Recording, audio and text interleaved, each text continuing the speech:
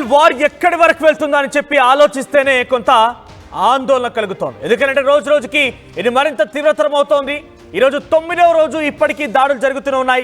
Iran ఇంకా Israel పైన దాడి చేస్తూనే ఉంది. ఇజ్రాయెల్ కూడా వాటిని తిప్పికోవడమే కాకుండా ఇరాన్ పైన కూడా దాడి కొనసాగిస్తోంది. చాలా కీలకమైన ప్రాంతాలు, ఆయా నగరాలు మొత్తం కూడా ఇరు పక్షాల నుంచి ఇరు దేశాలు కూడా నష్టపోయాయి. ఇంకా ఈ దాడులు కొనసాగుతున్న నేపథ్యంలో డొనాల్డ్ ట్రంప్కి సంబంధించినటువంటి ఒక ఆసక్తికర పరిణామం చోటు చేసుకుంది. అదే బ్రేకింగ్ న్యూస్ చూస్తున్నాం మనం. డొనాల్డ్ ట్రంప్ వ్యాఖ్యలు ఇప్పుడు మరోసారి చర్చనీయాంశంగా మారాయి. 2 వారాలు మాత్రమే సైలెంట్గా ఉంటాను, 2 వారాలు మాత్రమే నేను మౌనం పాటిస్తాను, 2 వారాల తర్వాత అయినా మీరు దారికి రాకపోతే, మీరు లొంగిపోకపోతే ఇక అప్పుడేంటో చూపిస్తాను నా అసలు కథ అన్నట్టుగా డొనాల్డ్ ట్రంప్ చెప్తున్నారు. 2 వారాల్లో కనుక మీరు దారికి వచ్చి మీ యొక్క అణుకు సంబంధించిన విషయం పైన మీరు కొంత సమన్వయం పాటించి డీల్పై ఒప్పందంపై సంతకం చేయడంతో పాటుగా అణుబాంబు ప్రయోగం అనేది ఆపుతాము అనేటువంటి మాట చెప్తారా? సరే సరే, లేదనంటే ఆ అణు స్థావరాలనే పేరు చేస్తాను, ఫార్దో ప్రాంతాన్ని పేరు చేస్తానని చెప్పి డొనాల్డ్ ట్రంప్ చాలా స్ట్రాంగ్గా వార్నింగ్ ఇస్తున్నారు. బంకర్ బాంబులతో సిద్ధంగా ఉన్నాం, schedule and plans are ready, only the final order is at to be done అంటున్నారు డొనాల్డ్ ట్రంప్. అంటే స్కెడ్యూల్ ఎక్కడెక్కడ దాడి చేయాలి, ఎలా వెళ్ళాలి, ఎక్కడి నుంచి వెళ్ళాలి అది సిద్ధంగా ఉంది, ప్లాన్స్ కూడా సిద్ధంగా ఉన్నాయి. ఎక్కడెక్కడ దాడి చేయాలి, ఏ బాంబులు వినియోగించాలి, ఎలా దాడులు చేయాలి అన్ని సిద్ధంగా ఉన్నాయి. Schedule and plans are ready, only the final order it is done not at అని చెప్తున్నారు ఆయన. సో ఫైనల్ ఆర్డర్ మాత్రం మిగిలి ఉంది, అంతా సంసిద్ధంగా ఉన్నటువంటి మాటని ఆయన మాట్లాడుతున్నారు. సో బంకర్ అండ్ బస్ట్ బాంబులతో సిద్ధంగా ఉన్నాం. ఫార్దో అనేది అది టెహరాన్కి సమీపంగా ఉన్నటువంటి ఒక కీలకమైన ప్రాంతం, కొండ లాంటి ప్రాంతం. ఆ కొండ చర్యల కింద సుమారుగా 2000 మీటర్ల లోతులో ఈ అణుప్రయోగం జరుగుతోంది. అక్కడ సుమారుగా 60% వరకు యూరేనియం శుద్ధవుతోంది. అయితే ఆ బంకర్ని పేల్చేస్తాం, ఆ అణు స్థావరాన్ని పేల్చేస్తాం అంటున్నారు డొనాల్డ్ ట్రంప్. ఏకంగా తమ దగ్గర నుండి బంకర్ మరియు బస్టర్ బాంబులతో వాటిని పేల్చేస్తామంటున్నారు. GBU-57 అనేటువంటి ఒక మిసైల్, అది భూమి లోపల భూగర్భంలోని సైతం చీల్చుకు వెళ్ళగలిగినటువంటి సామర్థ్యం ఉన్నటువంటి ఆ మిసైల్ అమెరికా దగ్గర ఉంది. దాన్ని ప్రయోగించబోతున్నటువంటి మాటని డొనాల్డ్ ట్రంప్ మాట్లాడుతున్నారు. ఇదొకటే కాదు, అయతుల్లా అలీ ఖమేనీ ఎక్కడున్నారో తెలుసు, ఎక్కడ దాక్కున్నారో తెలుసు, కానీ ఆయన అక్కడ దాక్కున్నారు కాబట్టి ఇప్పటికైతే ప్రస్తుతానికి సేఫ్గానే ఉన్నారు. కానీ మా సివిలియన్స్ని టార్గెట్ చేసిన, అమెరికా ఆర్మీ సోల్జర్స్ని టార్గెట్ చేసిన, ఎటువంటి విధంగా అమెరికాకి ఇబ్బంది కలిగజేసినా కూడా ఉపేక్షించేది లేదు, ఎట్టి పరిస్థితుల్లో ఊరుకోమనేటువంటి మాటని డొనాల్డ్ ట్రంప్ మాట్లాడుతున్నారు. డొనాల్డ్ ట్రంప్ మాట్లాడిన మాట ఇప్పుడు సర్వత్రా ఆసక్తి రేపుతున్నాయి. 2 వారాలు సైలెంట్గా ఉన్నానని చెప్పడంతో అందరూ కూడా ఇక యుద్ధం కొంత ముగింపు పలుకుతుందేమో, యుద్ధానికి కొంత ఫుల్ స్టాప్ పడుతుందేమని భావించారు.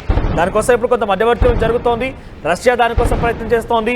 అటు ఇరాన్కి సపోర్ట్ చేస్తూనే మధ్యవర్తిత్వంపై వహిస్తున్నామని చెప్పి రష్యా చెప్తోంది. యూరోపియన్ నేషన్స్ కూడా అవే చెప్తున్నాయి, రష్యా అదే చెప్తోంది. కానీ ఎవరు నిజంగా మధ్యవర్తిత్వం వహించి ఇరు దేశాల మధ్య సఖ్యత కుదురుస్తారనేది మాత్రం ఇంకా తెలియలేదు. సో ప్రస్తుతానికైతే అటు White House press secretary Karoline Leavitt చెప్తున్న ప్రకారంగా as of now Donald Trump would like to not to take any decision before 2 weeks. ఆయన 2 వారాల వరకు ఎటువంటి డెసిషన్ తీసుకోలేకపోతున్నారు. హీల్ బీ సైలెంట్ అంటున్నారు. తాను ప్రెస్ సెక్రటరీగా వైట్ హౌస్ నుంచి ప్రకటన చేశారు. కానీ మా దగ్గర స్ట్రెంగ్త్ లేదు అనుకుంటే కనుక మీరు పొరపాటు పడ్డట్టు డెఫినెట్గా స్ట్రెంగ్త్ని ప్రయోగిస్తామంటున్నారు. ఒకసారి మా ప్రతినిధి మధు అందుబాటులో ఉన్న మధు దగ్గరికి వెళ్దాం.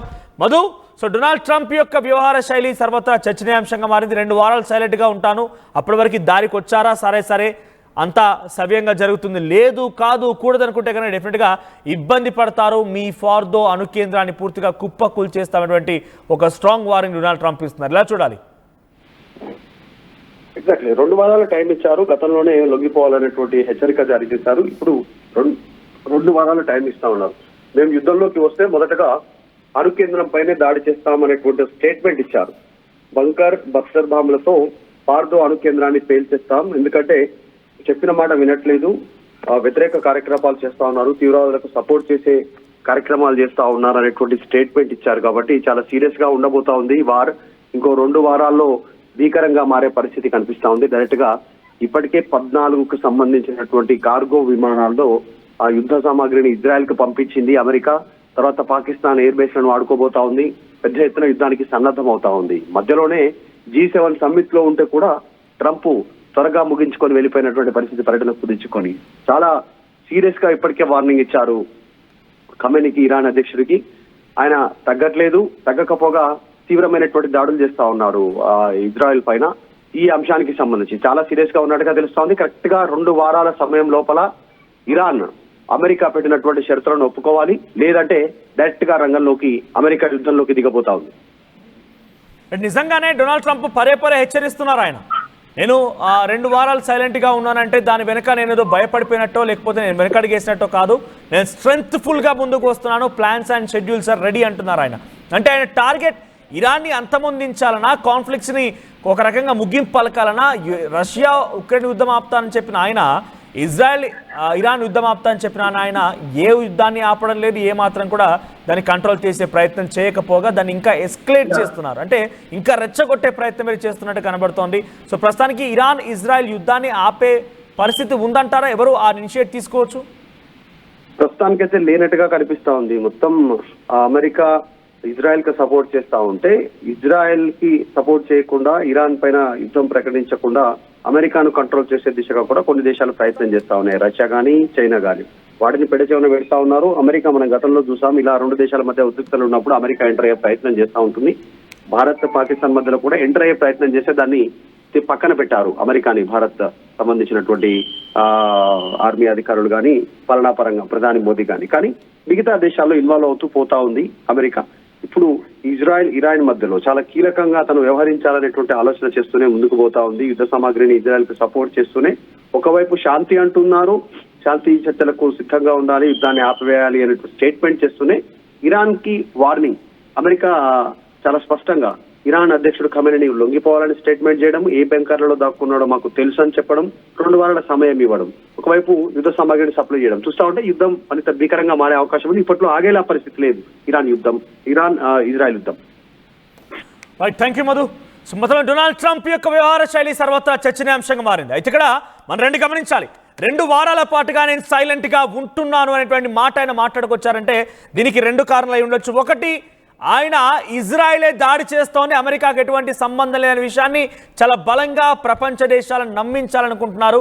దానిలో భాగంగా ఇంకొక అంశం కూడా, ఇప్పుడు ఆయన ఏమైపోయారంటే రష్యా ఉక్రెయిన్ యుద్ధం నేపథ్యంలో యుక్రెయిన్కి ఇండైరెక్ట్ గా సపోర్ట్ చేస్తూ అక్కడ కూడా ఒక రకంగా ఆయన ముద్దాయి అయిపోయారు. ఎందుకంటే ఎలక్షన్ క్యాంపెయిన్లో చిటికలేసి మరి చెప్పారు, నేను తలుచుకుంటే కనురెప్పపాట్లోనే రష్యా ఉక్రెయిన్ యుద్ధాన్ని ఆపుతాను, కనురెప్పపాట్లోనే చిటికేసినంత ఈజీగా ఇరాన్ ఇజ్రాయెల్ యుద్ధాన్ని ఆపుతాను అనే మాటని డొనాల్డ్ ట్రంప్ అమెరికాలో ఎలక్షన్ క్యాంపెయిన్ నేపథ్యంలో చెప్పుకొచ్చారు ఆయన. ఎందుకంటే ఆయన ప్రపంచ దేశాల యొక్క మద్దతు కూడా కూడగబట్టాలనేటువంటి ఒక ఆలోచనతో ఉన్నారు కాబట్టి అప్పుడు వ్యాఖ్యలు చేశారు.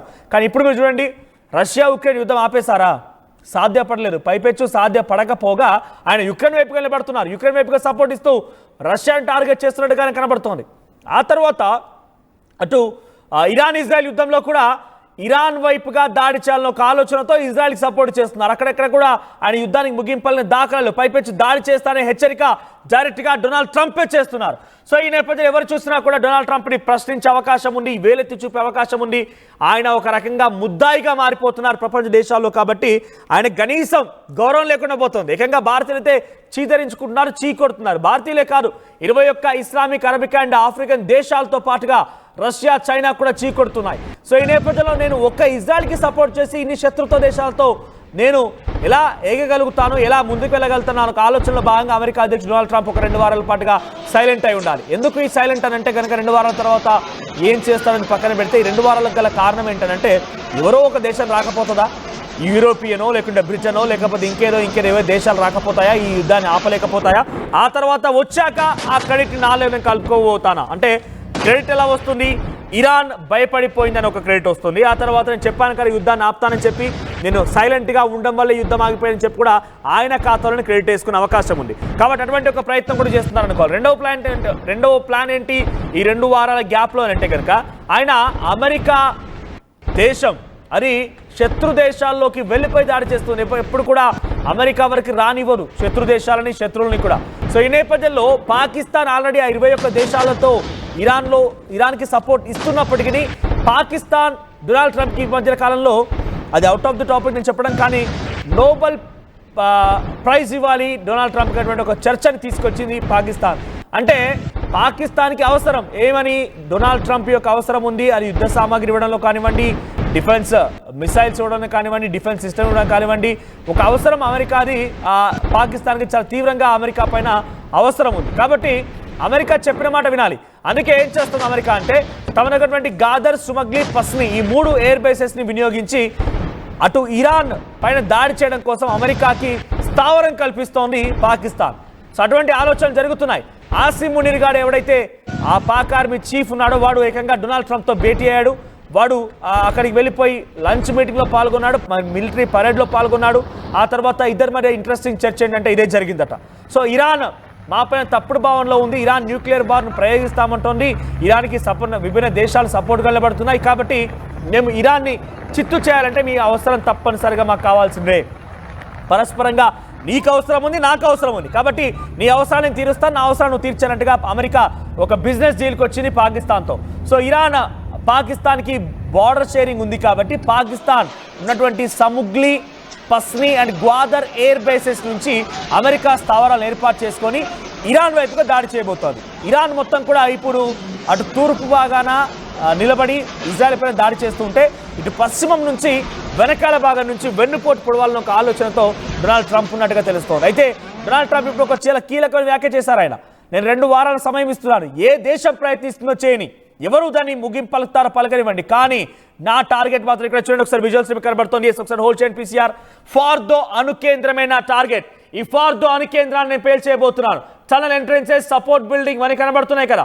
ఇదే కొండ చర్యల లోపల 2000 మీటర్ల లోతులో ఇరాన్ న్యూక్లియర్ ప్రయోగం జరిపిస్తుంటే ఈ టార్గెట్నే పేల్చేస్తాం ఆ బంకర్ బస్టర్ బాంబులతో GBU-57 మిసైల్స్తో ఈ స్థావరాన్ని పేల్చేస్తాను, లేకపోతే ఇరాన్ ఎట్టి పరిస్థితుల్లో ఆగే ప్రసక్తే లేదు. ఇరాన్ ఇంకా రోజు రోజుకు రెచ్చిపోతుంది కాబట్టి ఈ ప్రాంతాన్ని టార్గెట్ చేస్తానని చెప్తున్నారు డొనాల్డ్ ట్రంప్. ఇప్పుడు నిజంగానే ఈ ప్లేస్ కనుక టార్గెట్ చేయాల్సి వస్తే డెఫినెట్గా న్యూక్లియర్ రేడియేషన్ లీక్ అవుతుంది. ఇప్పటికే నతన్జా ప్రాంతంలోనే న్యూక్లియర్ రేడియేషన్ లీక్ అయినట్టుగా రఫేల్ గసూరి, ఇండియన్ అటామిక్ ఎనర్జీకి సంబంధించి ఇంటర్నేషనల్ అటామిక్ ఎనర్జీకి సంబంధించి అధికారి రఫేల్ గసూరి దాన్ని అధికారికంగా ప్రకటించారు.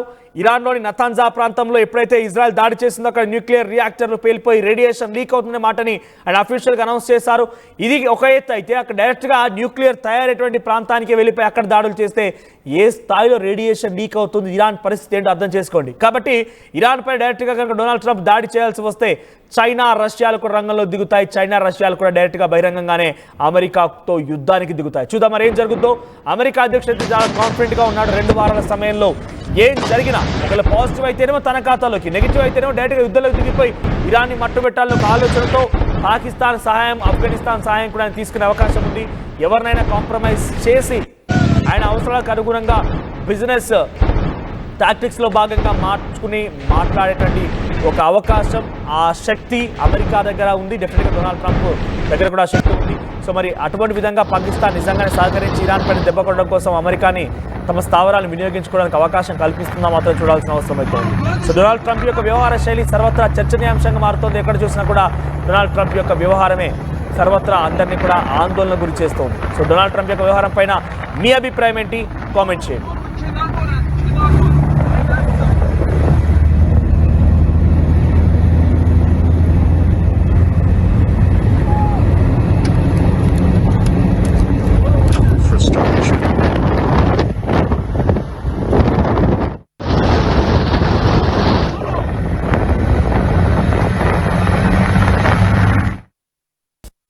State-of-the-art infrastructure.